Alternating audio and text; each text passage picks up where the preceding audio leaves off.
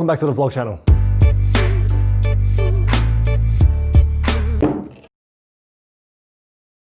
If you're new to this channel, my name is Adam and I basically make videos about anything other than percussion because that is my life, and I have a YouTube channel for that over here.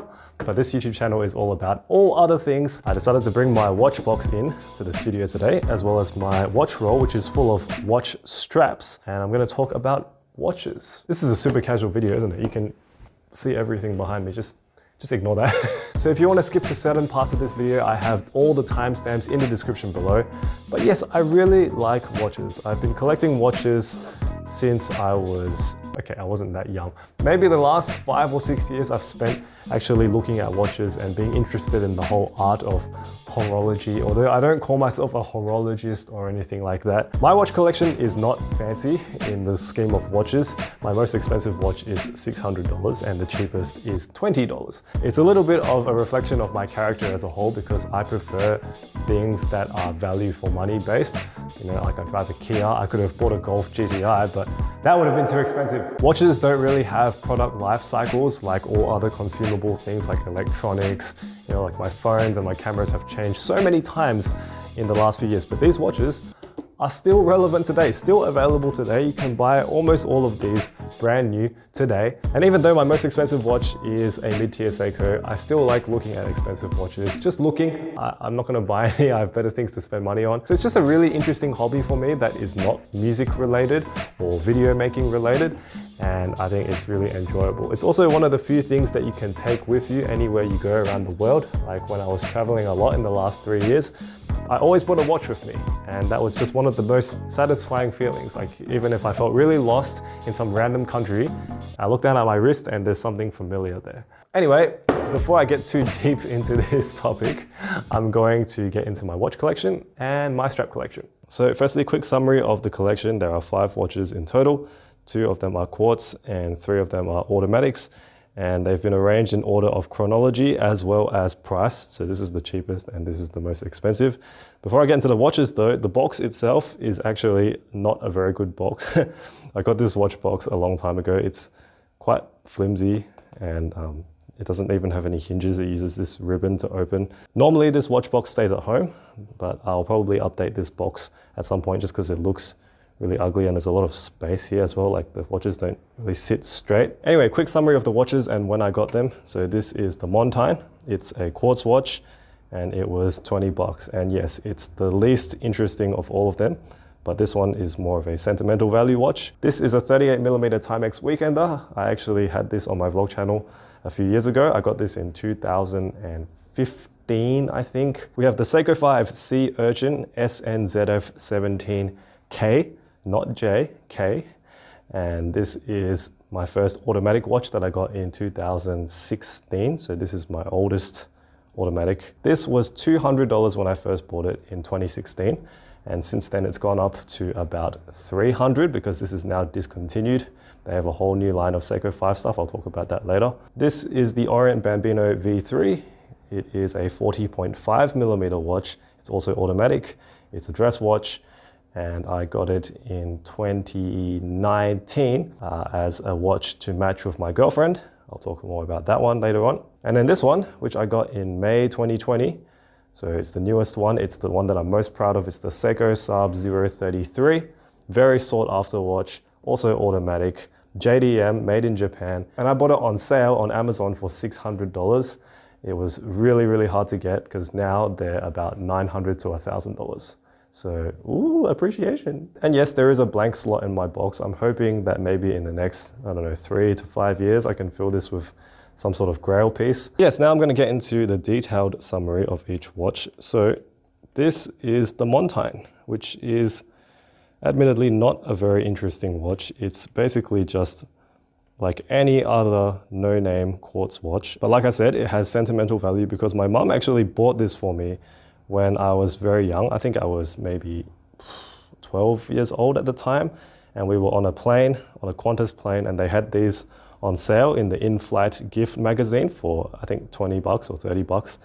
And my mum bought it for me as a gift. And it was my first real watch. Because before this, I never had an analog watch there. I always had those kids' digital watches. And this was really just like something really special. I barely wore it because I was scared of scratching it. It scratches really, really easily. So you can see it's basically completely unworn.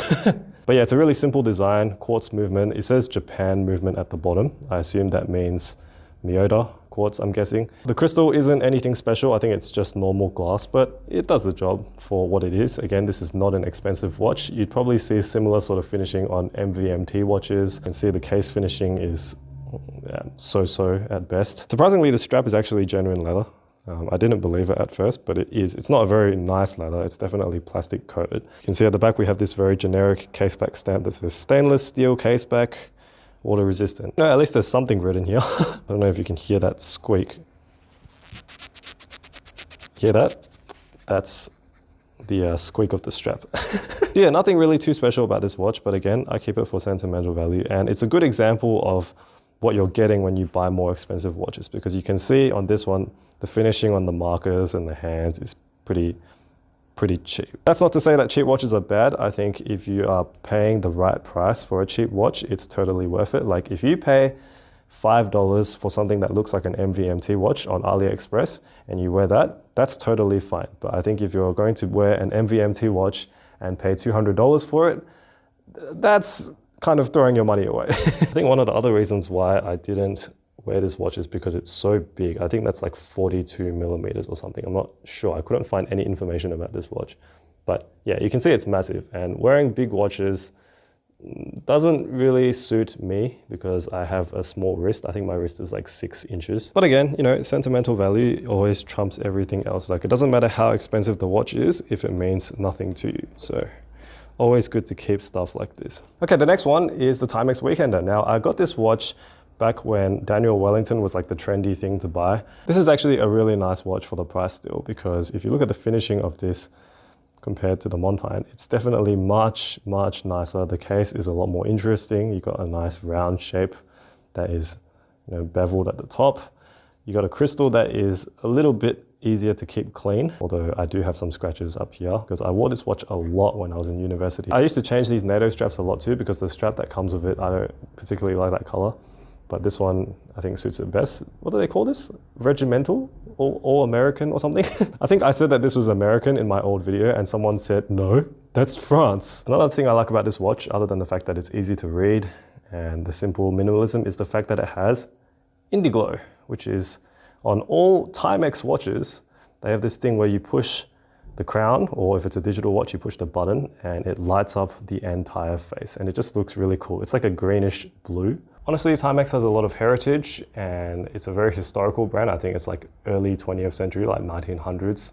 And it's just been around for so many years making simple timepieces like this. So if you're gonna buy something that's simple or minimal, don't buy Daniel Wellington, buy something like Timex. It's just a really awesome, clean design. You can put any types of straps with this, like put brown leather on here. It suits really well. It dresses it up instantly. You can put different colors of NATOs if you want to dress it up, dress it down, make it bright, make it fun. This is more of like a summery look, I guess, although this strap is super dirty. And I guess there isn't really much to dislike about it other than the fact that it is a quartz watch. I do prefer automatics nowadays. And also the tick sound is really loud. This ticking second hand, ready? Listen to this.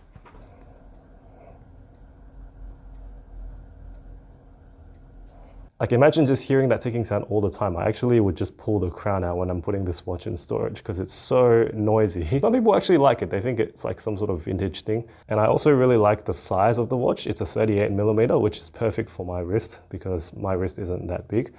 You know, when you get watches that are huge, they go over the sides of your wrist. It just looks super ugly. Whereas this is like super low key, super nice. But yeah, ever since I got the Sea Urchin, I've basically never worn the Timex anymore because it's just not tough enough for my tastes. I prefer something that's a little bit more tough, that also looks nice, if that makes sense. Not that the Timex doesn't look nice, but I just prefer a more refined look. The Timex definitely is a very simple looking watch. And as you can see with the scratches and stuff, it doesn't really stand up to daily abuse that well. It's also not very waterproof. I think the water resistance is only 30 meters. In watch terms, 30 meters is basically, you can take it in the rain and that's about it. So that's why I got the Sea Urchin in 2016. And this is just one of my favorite watches of all time. So when you pick up this watch, you instantly feel a higher level of quality compared to the Weekender. Like it's significantly higher, even though it is only twice the price. Remember, I got this for 200 bucks, even though it's 300 now. This is the Seiko Sea Urchin SNZF17K. It's a 40.5mm diver watch, and I always wanted to get a diver watch because I wanted something that looked a bit more tough, was able to stand up to more abuse. Like I've taken this swimming all over the world, in beaches, in hotel swimming pools. I've taken it into saunas in extreme heat. I've taken it into hot springs, and even all those like rock salt and that kind of stuff didn't affect the watch at all. It's still running perfectly 5 years later. You'll notice that the bezel insert is very shiny, and that's because it is a ceramic bezel insert that I installed myself. The bezel insert that it normally comes with looks like this, and I think it doesn't look as fancy. It definitely cheapens the look of the watch a lot. But remember, Seiko 5 is supposed to be the budget brand of Seiko. It's supposed to be like affordable for everybody. So of course they have to cheap out on certain parts, but I feel like the bezel insert change just really lifted it up a notch with that shine. Look at that. You can see the reflections. And also just the finishing quality of ceramic, because ceramic doesn't scratch. My old bezel insert, which was aluminium, got so scratched up that all the paint markings just disappeared after a while, and it just looked really tacky. Whereas this one just looks like I've just breathed in new life into this watch. The other thing I really like about this ceramic bezel is that it actually glows in the dark. You can't really see that, but I'll put a picture up on the screen now of what it looks like with the lume. We call it lume, luminous paint. And it matches the green of the markers. All of the markers inside the watch are also lumed, and all of the hands. And it's just so easy to read at daytime and nighttime. You can see the Seiko and the Seiko 5 logo are all applied badges. They're not printed on. And it has this little text here. That's probably my least favorite bit because it's obviously copying the Rolex Submariner. I think it would look a little bit cleaner if it was just one line of text, but it does the job. And you've also got the day and the date, and you can adjust the day and date just by pulling at the crown one stop instead of two stops. And I think you go this way. Yeah, you can see the day on mine is Spanish. I think that's Spanish, or maybe it's German. I should really look this up. But yeah, it's just a really easy watch to live with on a day-to-day basis. The power reserve is like 40 hours, so it lasts for pretty much a day and a half without having to give it a shake. This movement doesn't hand wind or hack. It's the 7S26 movement, which you can see when you look at the back. Whoa! One of my favorite things about Seiko 5 watches is these exhibition case backs. Like, sure, the movement isn't that interesting. There's not much decoration going on, but it's just cool having this like engine bay view of your watch at this price point. And I just love it. 21,600 BPH. What that means is that the seconds hand has like a sweep. If you see that. See how it kind of sweeps along? Not that smooth, but you can see the difference, right? The Timex Weekender goes tick, tick, tick, whereas this one just goes tick. Now on the wrist, it's actually not too bad, even though it is a 40.5mm diameter. It does go over my wrist a little bit, you can see. It's like kind of hovering over the top, so it's not the best fit, but it's okay. I do wish I could get rid of this mesh strap. So the story is I got this mesh strap from my friend Wilson, who has one of the newer Seiko 5 watches, and they come with this mesh strap, and he didn't like mesh, so I put it on, and then I didn't realize that I can't actually take it off because this watch doesn't have drilled lugs. So normally the new Seiko 5s have holes here, which you can push to like remove the strap easily, but you actually need them to get rid of this strap because it's just too thick. But this strap is fine. I mean, at least it sits snugly on my wrist. Being a diver watch, it is pretty standout, this watch. It does stand out from a mile away with those massive world time numbers. It's nice, like I like having a loud watch sometimes, something that's really clear and easy to read. Oh, this is so satisfying. But yeah, as I continued to own the Sea Urchin, I started to realize it doesn't work so well with more formal settings or with like collared shirts, that sort of vibe, because it is very chunky and it is quite aggressive looking. So that's what the next watch is for. It's the Orient Bambino V3. Okay, if you ask any budget conscious watch person what a good dress watch is, they will almost always, 9 times out of 10, they will say Orient Bambino, because it's just a really awesome watch that punches well above its price. I got this watch for just over $200 shipped to Australia from longislandwatch.com, and it was just really nice having this the first time. When I looked at it, I was like, wow, this really doesn't look like a $200 watch. I mean, you see that dome crystal and all the refractions that you get off it, because it's not a flat crystal, it's domed with like a flat top, like a plateau, especially with those really nice minimalist markers and that not quite white, what do they call it? Mother of pearl or something? The case finishing is super elegant, but it is actually a really big watch. It's actually the same size as the Sea Urchin. It just doesn't look like it because the Sea Urchin has a bezel. So you end up having this really big domed white circle on your wrist. But actually, I like it. I think it looks really cool. And like I said before, I bought this to be matching with my girlfriend, and we both have one of these. And it's just a really versatile watch. You can also wear this on more casual occasions, although I probably wouldn't wear it as a beater watch just because it gets scratched pretty easily with that big crystal up front. Now, the brand Orient is a really good brand if you're looking for Seiko quality watches at a lower price, because we all know Seiko is like a really good Japanese brand, but a lot of people forget about Orient, which is also related to Seiko in a way. They're not the same company, but they're kind of under the same parent company. They both do their own thing. Orient is kind of like, I mean, it's kind of like Hyundai and Kia. Like, they share some similarities, but at the end of the day, they do completely different things. But yeah, I really like the design of this watch. It's just so minimal and nice. Now, if we look at the back, we got the nice laser edged case back, a couple of scratches. You see how it says Epson? Like, growing up, Epson to me was a printer company that made inkjet printers, and they still do, but Orient is actually under Epson now, even though they don't make printers. The Orient also comes in a lot of different colors. There's like a black one, a white one, a blue one. There's also V1, V2, V3, V4. So each version has a different design. Some of them have Roman numerals, some of them have really thick markers. It really is big for a dress watch. It verges on more like smart casual as opposed to dress. Like, I wouldn't wear this with a suit just because it's a little bit bigger, but wearing it with a collared shirt on like a smart casual occasion, totally doable.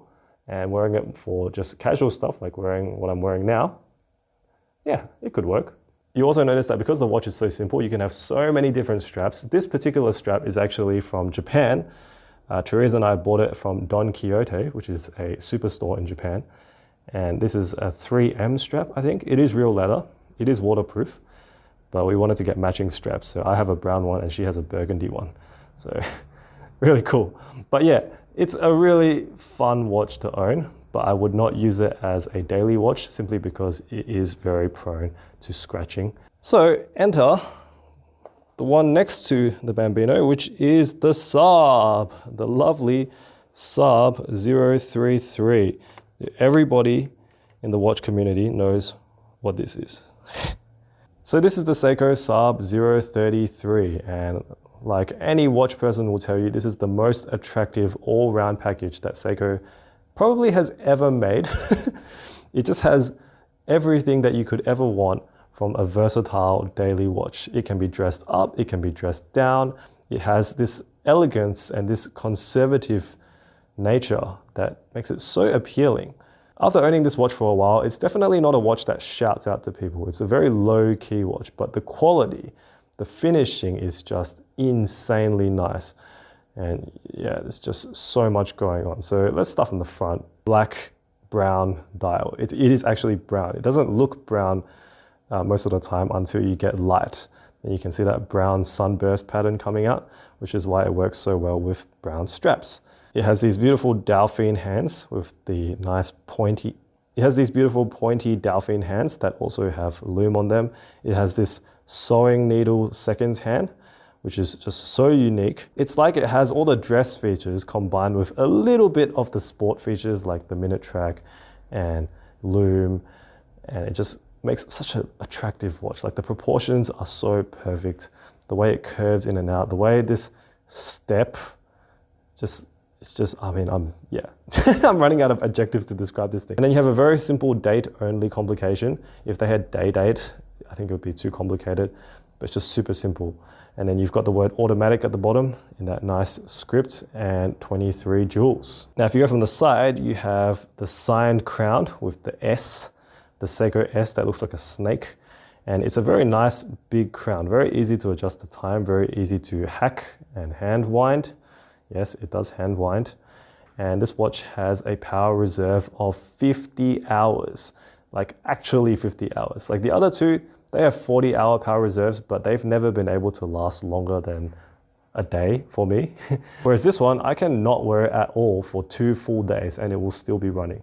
It's just so good. And the performance is amazing. I've been getting, I think, a net gain of ±3 seconds a day. It's really low numbers, which is fantastic for a watch at this price point. So going at the back, we have this beautiful 6R15 movement. Very nice looking. You can see the finishing is like a grade higher, but actually it's not that different to my Sea Urchin's movement, the 7S movement. Like if you look at this, you'll see that the way the parts are organized is almost exactly the same, but I think the parts in the 6R are better tolerances, and yeah, just the finishing is nicer too. You can see Geneva stripes on the rotor. That's that stripy pattern that's on the rotor, whereas this one has nothing, pretty much zero decoration. Now you see the serial number, it says 96, so that means June 2019, I think, June 2019 production date.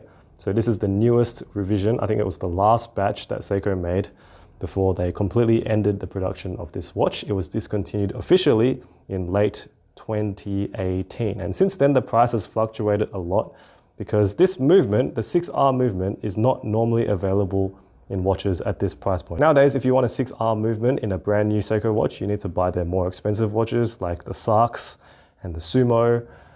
Those watches easily go over 1K. It is made in Japan, although I have heard that the case is made in China, which I'm not too fussed about because I care more about the inside and things like the dial and the way this is completed.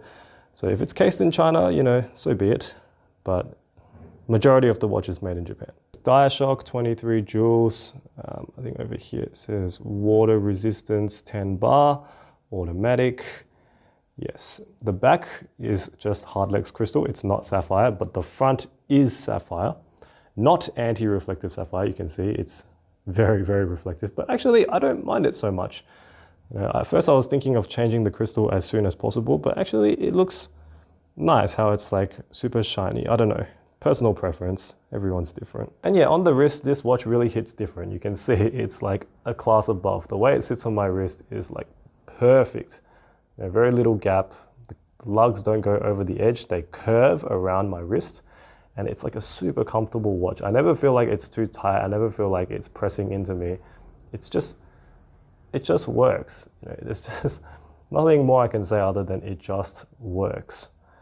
And that brown color is just so lovely. And a lot of people will use the term strap monster when they describe this watch, which means like, you know, the watch can take many straps. I actually hate that term. It sounds really lame, to be honest. But it is very versatile with straps, which I will show you right now. Okay, so I'm going to put the box aside for a second and also the watches aside for a second. And we're going to look at the straps. Ready? Look at this. Yes, this is in need of organization, but this is basically my strap collection. There are so many straps in this watch roll, which my friend Wilson gave to me. It's an awesome watch roll for when I'm traveling, if I need to carry more than one watch. But I haven't been doing any traveling for obvious reasons, so it now serves as my strap holder. And yeah, you can see I have a whole bunch of different straps that I've collected over the last 2 to 3 years. I'll go through which ones are for which. So starting off with the SARB straps, we have 1, 2, 3, 4, 5. So I have 5 SARB straps in addition to the stock bracelet, which I now keep in the box because it gets scratched really easily. It's actually a really nice bracelet, but yeah, straps definitely suit this watch better in my opinion. I have seen people put NATOs on this, but if you can just imagine, right? It just looks super weird. So the SARB lug width is 20 mil, one of the best sizes for straps because there's many strap companies that make 20 mil size straps, and these are all from cheapestnatostraps.com. This one I definitely use when I'm going more casual because it is very rough looking and very thick, and it definitely makes the watch dress down. And the best thing about all of these straps is that they all have quick release pins, so I can just use this little tab here to adjust straps in literally like 60 seconds. Of course, you got to have black as well, so this is the black version of the same thing with the stitches at the top and the bottom. And sometimes you want to be low key, sometimes I want to wear a black outfit, then I usually chuck on the black one. Black without looking too smart because it still has that worn look, which I really like. I also really like the really nice big square polished buckle. Really, really fancy. And yes, cheapest NATO straps, all their straps are made of leather, real leather, and made in Sweden, which is really cool. I like supporting small businesses like that. Now, if I want a black strap, but I want to be more smart, then I'll pull out this one, which is just a more traditional, classic style leather strap, clean look. So this is much more neat. It's great for if I'm wearing a suit or a collared shirt, something like that. But it's a little bit boring for everyday use. So you can see this one hasn't been used that much. And then I've got the burgundy version of the same strap on the watch right now. I feel like the burgundy works really well with both dressing up and dressing down. That reddish brown is so like Japan style. A lot of the Presage watches have this kind of color. I think it suits it really, really well. And then I allow myself to have one more outlandish watch, although I guess this is still within the realms of acceptable. It's got a very strong, what do you call this, alligator pattern. So it makes it look super, super casual. This is definitely not for wearing with nice outfits. Although, I mean, I guess you could, but it is very casual with that alligator print. And it's got a massive, massive spiky buckle at the top. So really aggressive look. I like wearing this with my casual clothes like what I'm wearing right now. Call me boring for having black and brown and nothing else, but I think it works really well. You can definitely try green and blue and gray and all that kind of stuff, but I didn't want to spend too much on straps. Okay, moving along to the Bambino, which is also a very versatile strap. I don't want to say a strap monster. The strap that is on here is the 3M strap that we got from Don Quixote, as I mentioned before. And it's really nice. Like, you know, it's got the alligator finish. It is sewn all the way around, so there's no seams popping through. Not the most hard-wearing leather strap, but definitely nicer than your everyday strap. And yes, I do have some straps from cheapest NATO straps too. We've got this one and we've got this one. And this is the strap that comes with the watch, which is just, I mean, it's not bad, but it is a little bit like we're not sure if it's brown or black. It is brown. Yeah, it's okay. It's also a little bit stiff, which is the case with most of Orient's leather straps. They tend to be very plasticky feeling. Even though it is real leather, it does feel kind of plasticky. And when it gets hot and you wear these cheaper leather straps, they definitely stick to your hand, which is not a very pleasant feeling, although it does have a signed clasp. Ooh! No, I don't really like signed buckles on dress watches. Just looks a little bit tacky to me. Oh, I also have a black one too. So yeah, this is 21 mil territory. So 21 mil is a very weird size because it's an odd number. You don't really get many watches with odd number straps. I can't even think of any other watch other than the Bambino that has 21 mil. If you know any, let me know in the comments below. This is a gray suede strap. Really gives it a very, very different look. Almost like luxury type look with that gray suede. This one, I guess it was a bit more of an impulse buy. I just wanted to see what it looked like. This is a green leather strap. Not my best purchase. Really, really nice finishing. Again, you know, cheapest NATO straps, despite their name, they do not disappoint. In concerts, in concert blacks and stuff, and you need to wear all black, I'd get the Bambino and chuck on this black leather strap. Very simple, very clean. And then, like I said before, the stock brown, which just, I don't know, I feel like it doesn't really suit the watch that well. Happy to keep it on this strap for sentimental reasons also, because it's the same strap that Therese has. So yeah, I really like the alligator pattern. Definitely sets it off really nicely. Okay, now the Sea Urchin. So the Sea Urchin is a 22mm strap width, so it's a little bit wider. And yes, technically you could put a 20mm on a 22, but what happens is you get this very noticeable gap over here, which I personally cannot stand. Some people are okay with it. I just think it looks really weird. It means that it's pretty good for NATO straps, because a lot of NATO straps come in 22mm. In fact, a lot of any straps come in 22mm, but I would not put leather with this. For reference, here's one of my SARB straps. You see, it just looks really weird. So I've got 4 straps for the Seiko. Actually, I've got 5. I've got another one, but I forgot to bring it. So NATO straps, firstly. NATO straps are just awesome because they don't come off easily. Normally, when you put it on the watch, you also have to put it through this safety, what do you call it? Safety catch, something. It just means that the watch can't come off. And it was designed for people in the military who wanted to have a strap that was just easy to use, one piece, and would never come off. If you've watched any more modern James Bond films, like the ones with Daniel Craig in them, he always has this strap. Usually it's on an Omega Speedmaster. Yeah, it just suits this watch perfectly, I think. It's a very modern, clean look. I really want to put this back on the watch. So if anyone knows how to take off this mesh bracelet, please tell me.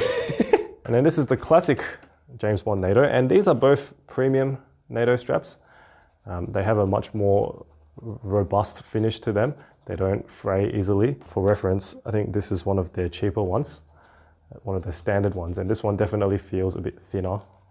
Yeah, it is thinner, and it's just not as nice. But I got this one on special. I think it was like $4 or something. Anyway, James Bond classic.